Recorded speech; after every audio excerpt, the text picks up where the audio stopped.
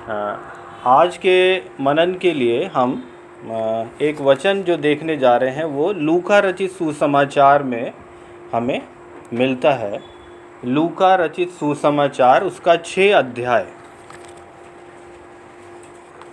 लूका रचित सुसमाचार उसका 6 अध्याय, 6ठा अध्याय और उसका 38वां पद। लूका उसका 6 अध्याय और 38वां पद।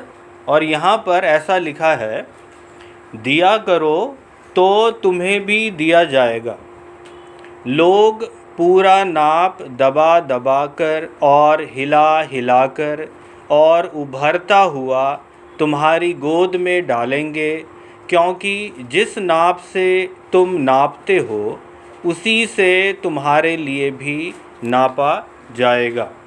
परमेश्वर के वचन के पढ़े और सुने जाने में आशीष हो।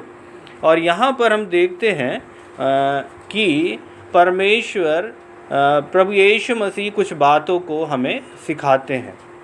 और हम जानते हैं कि हमारा परमेश्वर कैसा परमेश्वर है? देने वाला परमेश्वर है ना। हमारा परमेश्वर दाता है ना। परमेश्वर ने हमें जीवन दिया है, परमेश्वर हमें आशीषें देता है, परमेश्वर ने हमें उद्धार दिया है, परमेश्वर हमें छुटकारा देता है, परमेश्वर हमें चंगाई देता है ना। और परमेश्वर हम पर अनुग्रह करता है ना। तो परमेश्वर हमें देने वाला परमेश्वर है। परमेश्वर का स्वभाव है वो देने वाला परमेश्वर है ना। और जो परमेश्वर का स्वभाव है हमें अपने जीवन में उसको ग्रहण करना है ना। क्यों? क्योंकि हम परमेश्वर की संतान हैं। प्रभु यीशु मसीह पर हमने विश्वास किया और क्या लिखा यूहन्ना के पहले अध्याय में, जितनों ने उसे ग्रहण किया, उसे मतलब प्रभु यीशु मसीह को ग्रहण किया, तो प्रभु यीशु मसीह ने उन्हें परमेश्वर की संतान होने का अधिकार दिया। तो परमेश्वर की संतान को परमेश्वर के गुणों को प्रकट करना है ना। परमेश्वर का गुण हमारे जीवन में आना ज़रूरी है और परमेश्वर चाहता है कि हम उसके गुणों को प्रकट करें। प्रभु यीशु मसीह जब पहाड़ी उपदेश दे रहे थे है ना, तो क्या लिखा है? तुम्हारे भले कामों को लोग देखें है ना, और तब वो स्वर्गीय पिता की बड़ाई करेंगे है ना। अगर तुम्हारे भले कामों को देखेंगे जो तुम करते हो, उससे तुम्हारे स्वर्गीय पिता की बड़ाई करेंगे है ना। फिर क्या लिखा है? प्रभु यीशु मसीह कहते मैं जगत की ज्योति हूँ। फिर उसके बाद अगर हम मत्ती में हम पढ़े तो क्या लिखा है? पहले बोलते तुम पृथ्वी के नमक हो, फिर कहते तुम, फिर क्या हो? जगत की ज्योति हो है ना। और वो नगर जो पहाड़ पर बसा है वो छिप नहीं सकता है ना। तो परमेश्वर का जन छिप नहीं सकता है ना। और परमेश्वर का जन अपने कार्य से, अपने सेवा से वो प्रकट करता है कि वो परमेश्वर का जन है। परमेश्वर ने अपने आप को हम पर प्रकट किया। तो परमेश्वर चाहता है कि हम परमेश्वर को दें है ना। तो आज हम ये सीखने जा रहे हैं कि हमें परमेश्वर को देना है, परमेश्वर की सेवा के लिए हमें देना है, परमेश्वर की सेवकाई के लिए हमें देना है ना। और परमेश्वर को हमें देना है क्योंकि ये परमेश्वर के वचन में हम पढ़ते हैं। और अगर हम देखें तो कई विश्वासियों को आप देखेंगे है ना, और अलग अलग जो चर्चेस में हैं, कलीसियाओं में हैं, तो परमेश्वर के को देने के नाम से उनकी मुट्ठियाँ बंद रहती है ना। और वो परमेश्वर को देने में बहुत है ना मुट्ठियाँ उनकी बंद रहती, बड़े झिझकते हैं। और अगर हम देखें अन्य जातियों में देखें तो वो लोग अपने देवी देवताओं के लिए बेझिझक देते हैं है ना। कभी भी देखेंगे है ना, तो बड़े बड़े फंक्शन करते हैं है ना, जागरण करते हैं, भंडारा करते हैं है ना, और बड़ा बेझिझक देते हैं है ना।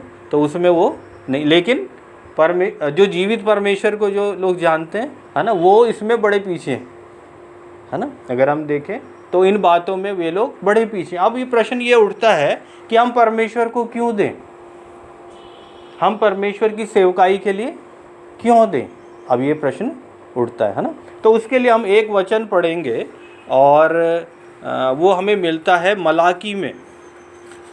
मलाकी का 3 अध्याय उसका 6 से 11, मलाकी मत्ती से ठीक पहले की एक किताब है पुराने नियम की, मलाकी उसका 3 अध्याय और उसका 6 पद से 11 पद तक।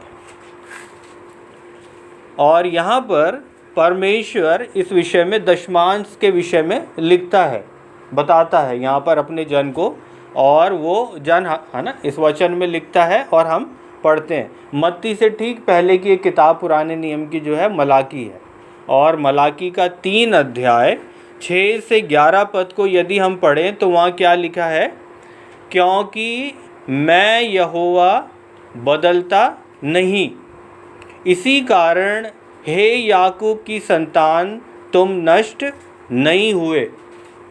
फिर आगे लिखा है, अपने पुरखाओं के दिनों में तुम लोग मेरी विधियों से हटते आए हो और उनका पालन नहीं करते। तुम मेरी ओर फिरो, तब मैं तुम्हारी ओर फिरूँगा, सेनाओं के यहोवा का यही वचन है। परंतु तुम पूछते हो हम किस बात में फिरें। 8वां पद, क्या मनुष्य परमेश्वर को धोखा दे सकता है? पर देखो तुम मुझको धोखा देते हो और तो भी पूछते हो हमने किस बात में तुझे लूटा है। दशमांश और उठाने की भेंटों में तुम पर भारी शाप पड़ा है, क्योंकि तुम मुझे लूटते हो, वरन सारी जाति ऐसा करती है। सारे दशमांश भंडार में ले आओ कि मेरे भवन में भोजन वस्तु रहे। और सेनाओं का यहोवा ये कहता है कि ऐसा करके मुझे परखो कि मैं आकाश के झरोखे तुम्हारे लिए खोलकर तुम्हारे ऊपर अपरंपार आशीष की वर्षा करता हूँ कि नहीं। मैं तुम्हारे लिए नाश करने वाले को ऐसा घुड़कूँगा कि वह तुम्हारी भूमि की उपज नष्ट ना करेगा और तुम्हारी दाखलताओं के फल कच्चे ना गिरेंगे।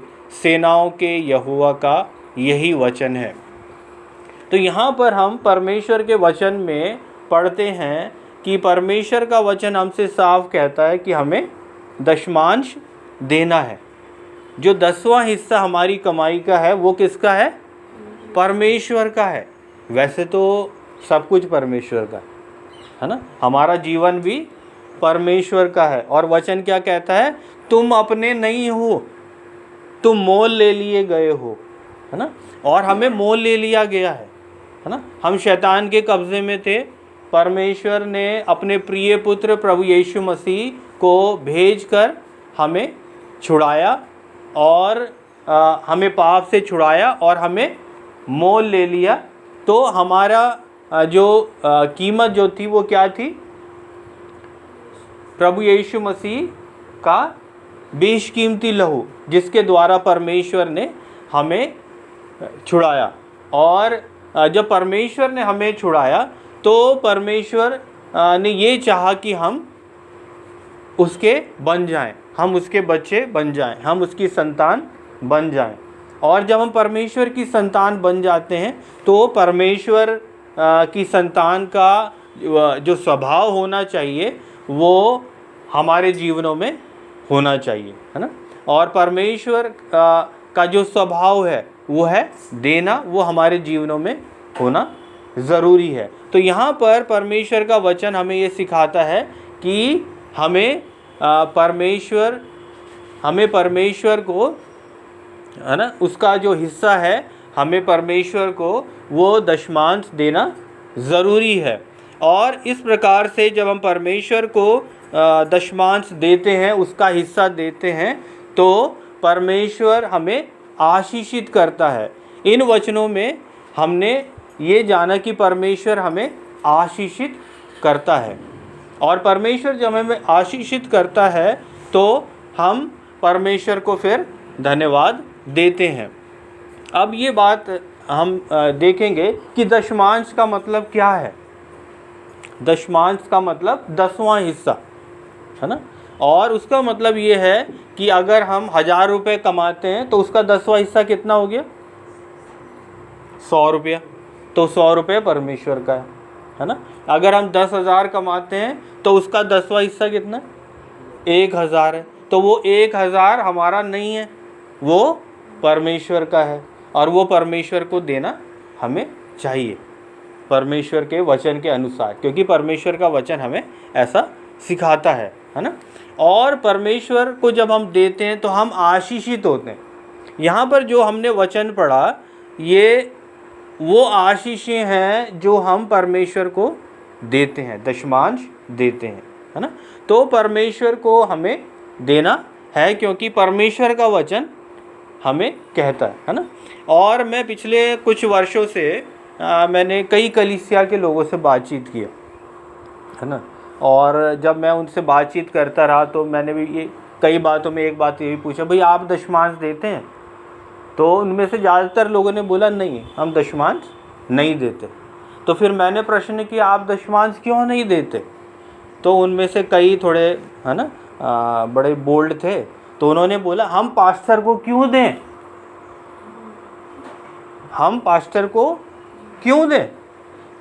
तो फिर मैंने उनको तो बोला कि फिर हम क्या करते हैं कि वो हम देते तो हैं, तो लेकिन वो जो हमारा दशमांश है तो हम गरीबों में बांट देते हैं, है ना, गरीबों के उसमें हम दे देते हैं। तो मैंने फिर वचन से मैंने उनको पढ़ के बताया। मैंने कहा कि ये जो वचन में जो आशीषें लिखी हैं वो गरीबों को बांटने से मिलने वाली आशीषें नहीं है। ये आशीषें परमेश्वर को परमेश्वर के भवन में देने के लिए दी गई हैं। मतलब तो मैंने उन्हें बताया, आप जिस कलीसिया के सदस्य हैं आपको दशमांश वहाँ देना है ना। और वो दशमांश उस कलीसिया में जाना ज़रूरी है जहाँ पर आप जिसके सदस्य हैं।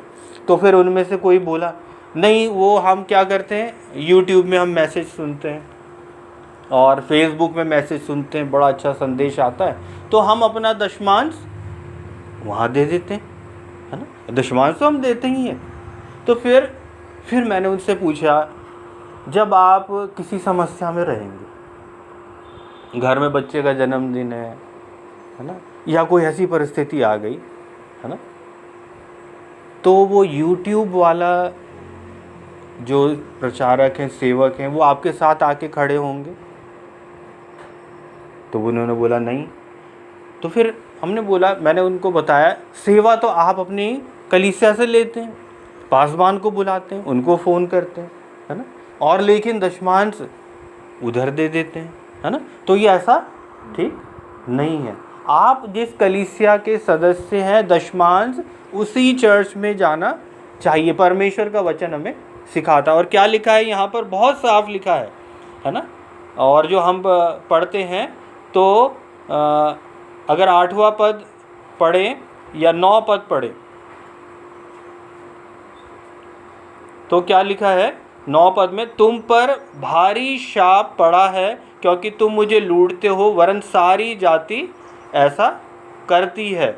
और फिर 10वें पद में लिखा, सारे दशमांश भंडार में ले आओ, है ना। तो परमेश्वर कहता है सारे दशमांश जो है वो कहाँ ले आओ, भंडार में ले आओ, परमेश्वर के भवन में ले आओ। और क्यों ले आओ, कि मेरे भवन में भोजन वस्तु रहे। और सेनाओं का यहोवा ये कहता है कि ऐसा करके मुझे परखो, है ना। परमेश्वर ये भी कहता है ऐसा करके मुझे परखो और परख कर देखो, है ना, परखो कि मैं आकाश के झरोखे तुम्हारे लिए खोल कर तुम्हारे ऊपर अपरंपार आशीष की वर्षा करता हूँ कि नहीं। तो क्या लिखा 9 पद में, हमने क्या पढ़ा, अगर हम दशमांश नहीं देते, है ना, अगर हम परमेश्वर का जो हिस्सा है वो उसको नहीं देते हैं, तो क्या लिखा है 9 पद में, तुम पर भारी शाप पड़ा है क्योंकि तुम मुझे लूटते हो, वन सारी जाति, मतलब जितने उस समय यहाँ पर ये लोग थे, परमेश्वर के लोग कहलाते थे, वो उनमें से, है ना, वो सब लोग ऐसे ही करते थे उस समय। तो परमेश्वर ने ये वचन उनको दिया। तो इसका मतलब अगर हम दशमांश परमेश्वर का हिस्सा उसको नहीं देते तो ये परमेश्वर की आज्ञा का उल्लंघन है। आदम हवा ने भी परमेश्वर की आज्ञा का उल्लंघन किया था, तो आज्ञा उल्लंघन किया था तो उनको आशीष दिया नहीं, शाप पड़ा। आदम को भी शाप पड़ा, हवा को भी पड़ा, और उसके कारण पूरी पृथ्वी पर शाप है। क्यों? क्योंकि आज्ञा नहीं माना। तो ऐसे ही जब हम परमेश्वर की आज्ञा नहीं मानते तो शाप पड़ता। और लिखा है यहाँ पर, साफ लिखा है 9 पद में, तुम पर भारी शाप पड़ा है क्योंकि तुम मुझे लूटते हो। मतलब जो परमेश्वर का हिस्सा है वो परमेश्वर को नहीं दिया, वो अपने लिए रख लिया, वरन सारी जाति ऐसा करती है। तो इसका मतलब परमेश्वर की आज्ञा है कि हम उसको उसका हिस्सा हम दें, है ना। और दशमांश मैंने बताया कि जैसा 10वां हिस्सा है ना। और अगर 10,000 कमाई है तो उसका 10वां हिस्सा 1,000 रुपये, 1,000 रुपये है ना। और उसका 10वां हिस्सा 100 रुपये नहीं है ना। कई बार है ना लोग है ना 20-30 हज़ार रुपये भी कमाते हैं और दशमांश कैसा होता है 100 रुपये, है ना। कई बार वो दशमांश तो 50 रुपये, है ना। तो नहीं, है ना। और परमेश्वर गिनने में कभी गलती नहीं करता, परमेश्वर गलती गिनने में नहीं करता, है ना।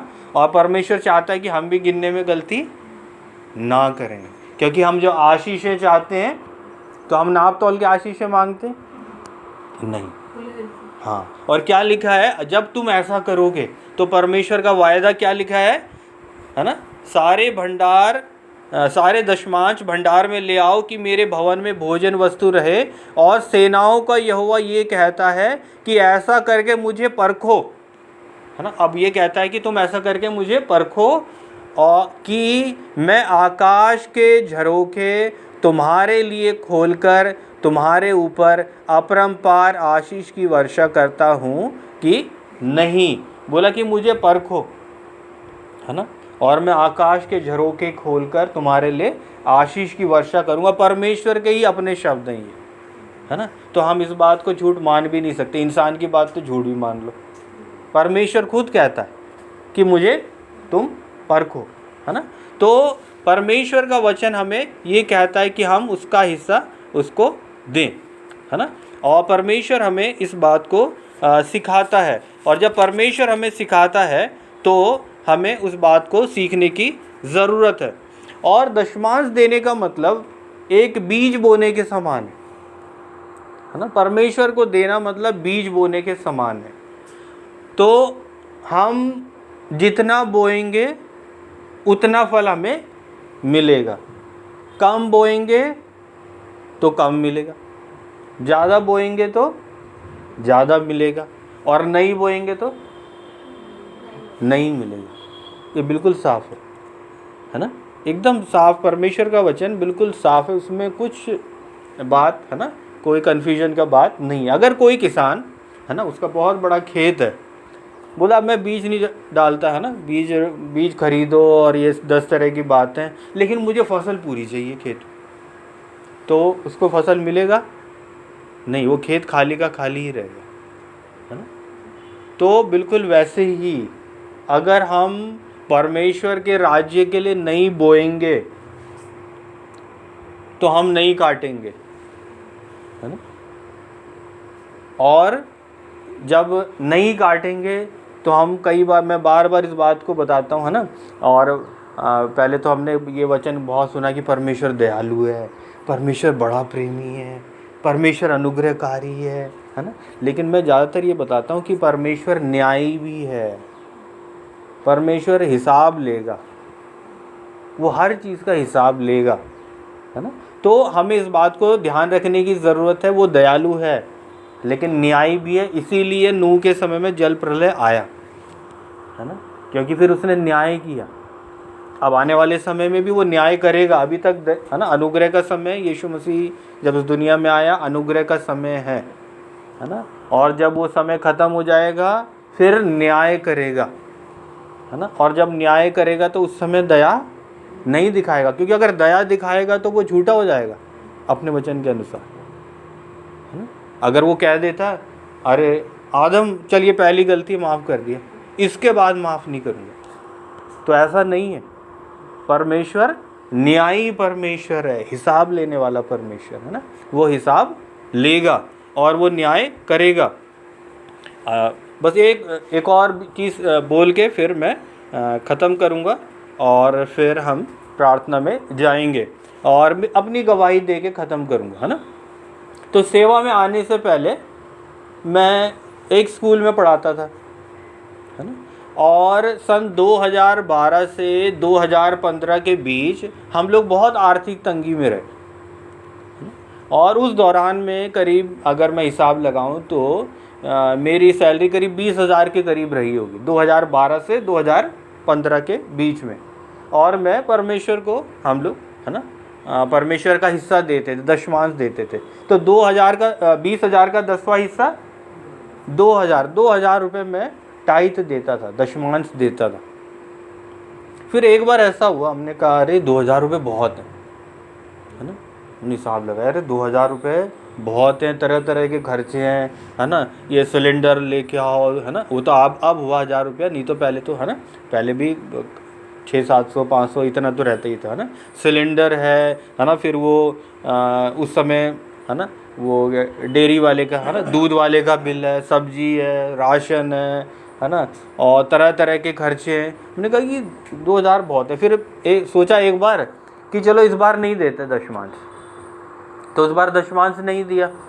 और फिर ये बोला कि अगली बार डबल दे देंगे, है ना। इस बार नहीं देते, अगली बार डबल दे देंगे। तो क्या हो गया, तो वो महीना पूरा चला गया ऐसे ही। जब महीना पूरा चला गया, फिर अगला महीना आ गया।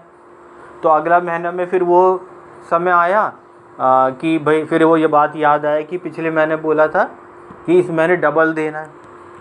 तो फिर उसमें फिर ख्याल आया, है ना, अरे ऐसा करते इस महीने भी नहीं देते, है ना, और फिर जब होगा अगले, है ना, फिर अगले उसमें दे देंगे।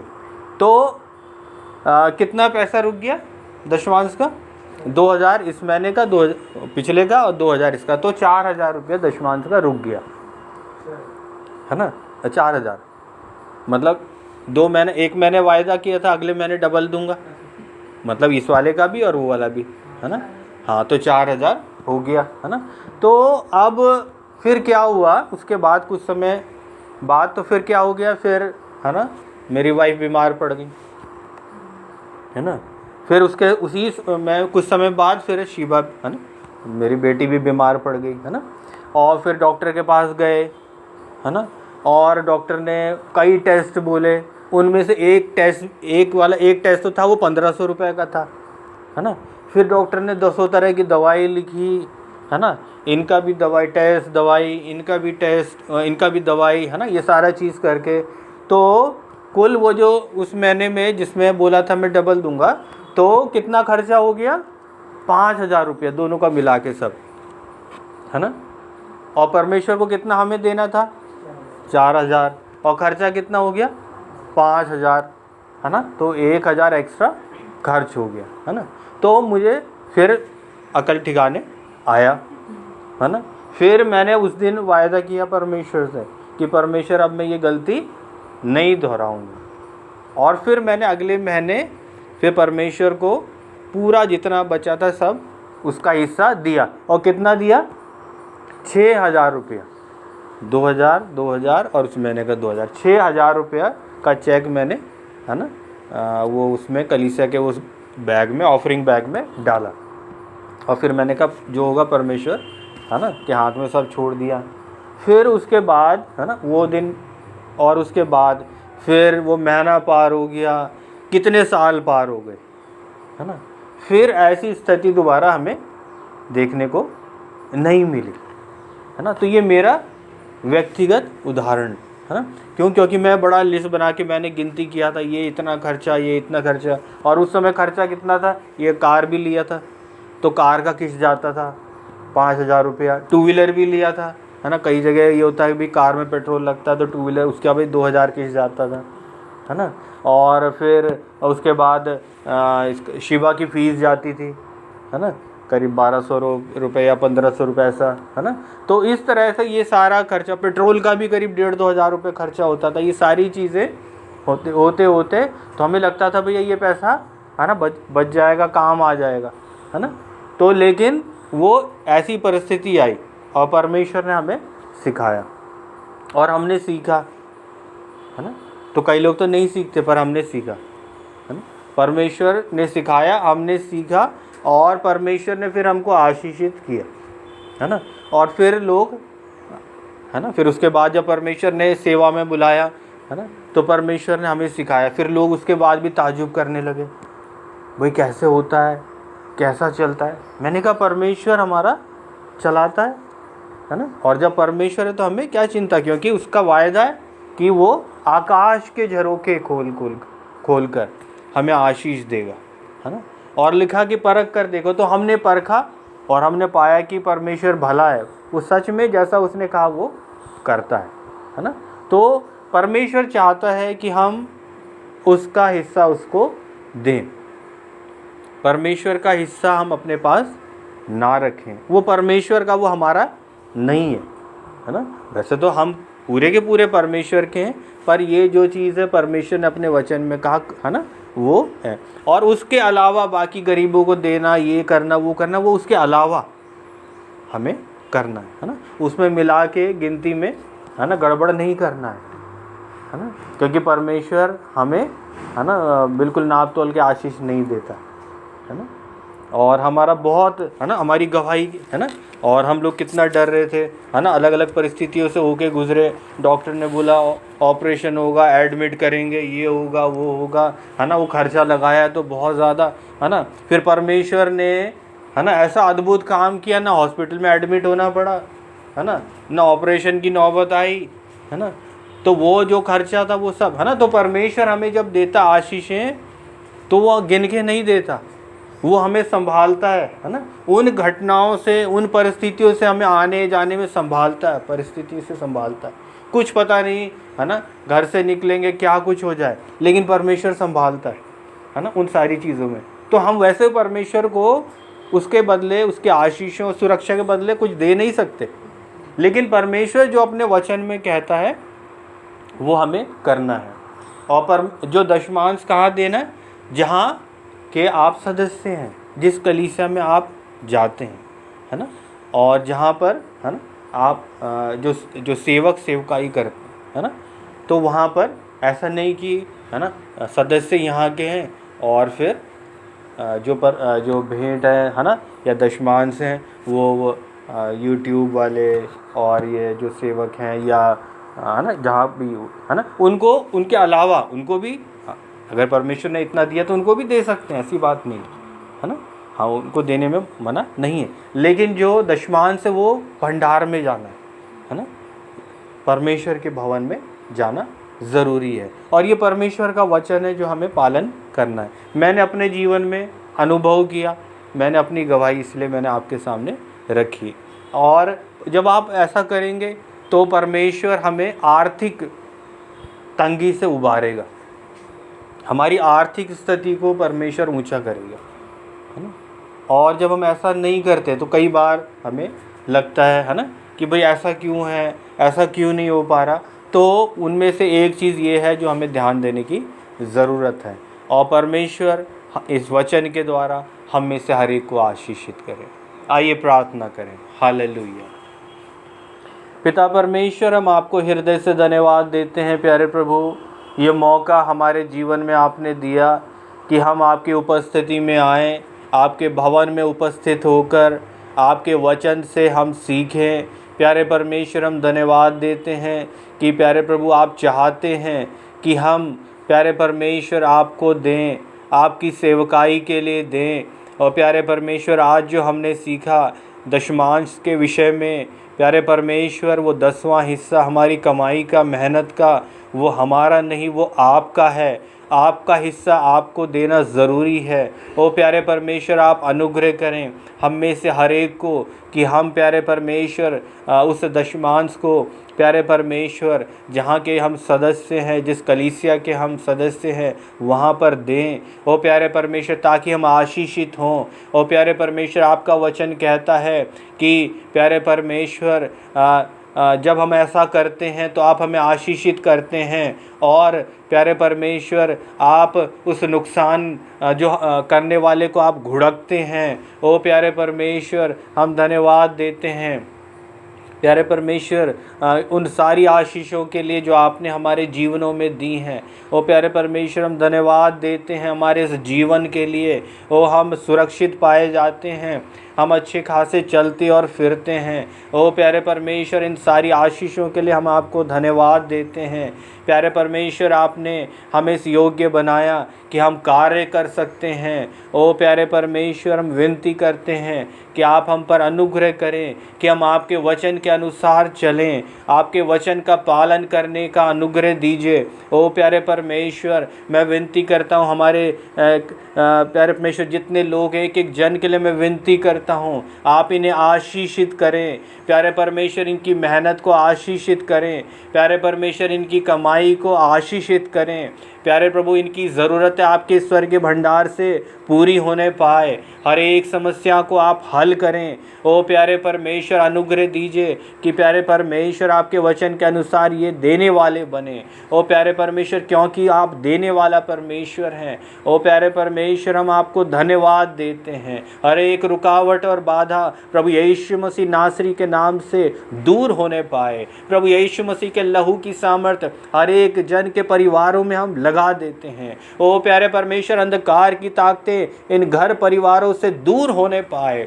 हर एक कमी घटी प्रभु यीशु मसीह नासरी के नाम से दूर होने पाए। हर एक समस्या प्रभु यीशु मसीह नासरी के नाम से दूर होने पाए। ओ प्यारे परमेश्वर, हम प्रार्थना करते हैं उन लोगों के लिए विशेष रूप से जो कर्ज में दबे हैं। ओ प्रभु यीशु मसीह नासरी के नाम से वो कर्ज को हम दूर करते हैं। आप अनुग्रह दें, अपने लोगों को इस योग्य बनाएं कि उस कर्ज को पूरा वो लौटाने पाएँ प्यारे परमेश्वर, और दोबारा प्यारे परमेश्वर उनको ये नौबत उनके जीवन में ना आए। आप ऐसा अनुग्रह करें, एक एक जन को आशीषित करें। आपकी दया दृष्टि हर एक पर बनी रहे। प्यारे प्रभु, हम आपको हृदय से धन्यवाद देते हैं क्योंकि आपने हमारी विनती और प्रार्थना को सुन लिया है। प्यारे परमेश्वर, सप्ताह में आप हमारी मदद करिए।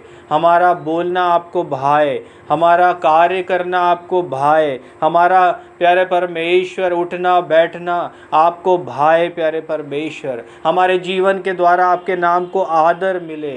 प्यारे परमेश्वर, आपके नाम को महिमा मिले। ओ प्यारे परमेश्वर, होने दीजिए आने वाले समय में हम आपके लिए और भी प्यारे परमेश्वर एक अच्छे सेवकाई को करने पाएँ। हमारी इस कलीसिया को आशीषित करें, और भी प्यारे परमेश्वर नए लोगों को आप इसमें जोड़ें। प्यारे परमेश्वर, आप दया करें, आपका राज्य बढ़ने पाए। प्यारे परमेश्वर, हम प्रार्थना करते हैं प्यारे परमेश्वर, होने दीजिए हम में से हर एक जन आपके एक अच्छे सेवक बने, अच्छे विश्वासी बने, एक अच्छे गवाह बने। प्यारे परमेश्वर, हम धन्यवाद देते हैं। हम में से हर एक को आपके वचनों में बढ़ाएं, प्रार्थना के जीवन में बढ़ाएं। प्यारे परमेश्वर, ओ प्यारे परमेश्वर, आप दया करें, आत्मिक रीति से मजबूत करें। हर एक बंधन प्रभु यीशु मसीह नासरी के नाम से हम तोड़ देते हैं, हम में से हर एक के जीवन से दूर होने पाए।